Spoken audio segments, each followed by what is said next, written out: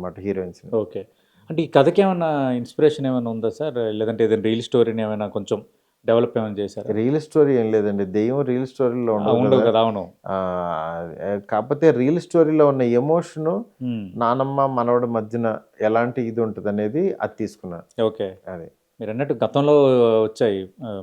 అంటే బాలకృష్ణ గారు వీళ్ళందరూ ఉంటున్నప్పుడు కొన్ని తాతమ్మ, మనవడు ఇలాంటి సినిమాలు కొన్నొచ్చాయి. అవునవును.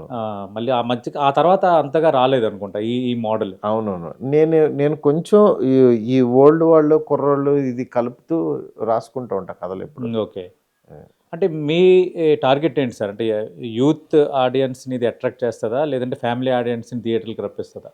అంటే ఇది పిల్లల దగ్గర నుంచి అందరినీ ఆకట్టుకుంటది. ఎందుకంటే హ్మ్. యూత్‌కి కావాల్సిన రొమాంటిక్ యాంగిలు, అమ్మాయిలు అది అది అది ఉంది. హ్మ్. నెక్స్ట్ పిల్లలేమో ఫ్యాంటసీ ఎలిమెంట్స్ అన్నీ చాలా బ్లోఅప్ చేసి చూస్తారు. ఓకే. నెక్స్ట్ పెద్దవాళ్ళేమో నానమ్మ ఎపిసోడ్స్, వాళ్ళిద్దరి మధ్యన బాండింగ్స్, హ్మ్. అది జెన్యూన్ ఎమోషన్స్ అవి ఉంటాయి. ఓకే. అందువల్ల హోల్‌సమ్ ఫ్యామిలీ ఎంటర్‌టైనర్ ఇది. హ్మ్.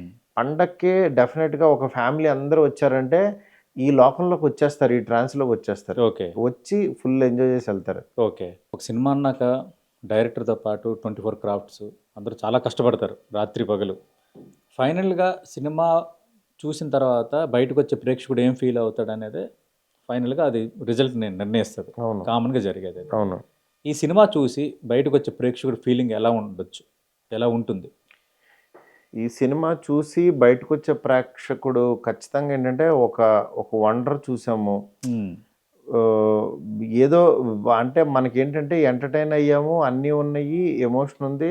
అన్నిటితో పాటు ఒక అంటే మనకి హ్మ్. తెలియని ఒక అద్భుతం చూసామనే ఫీలింగ్ ఒకటి చూడండి. అవును. అదైతే బయటికి రాగానే అదుంటది. ఓకే.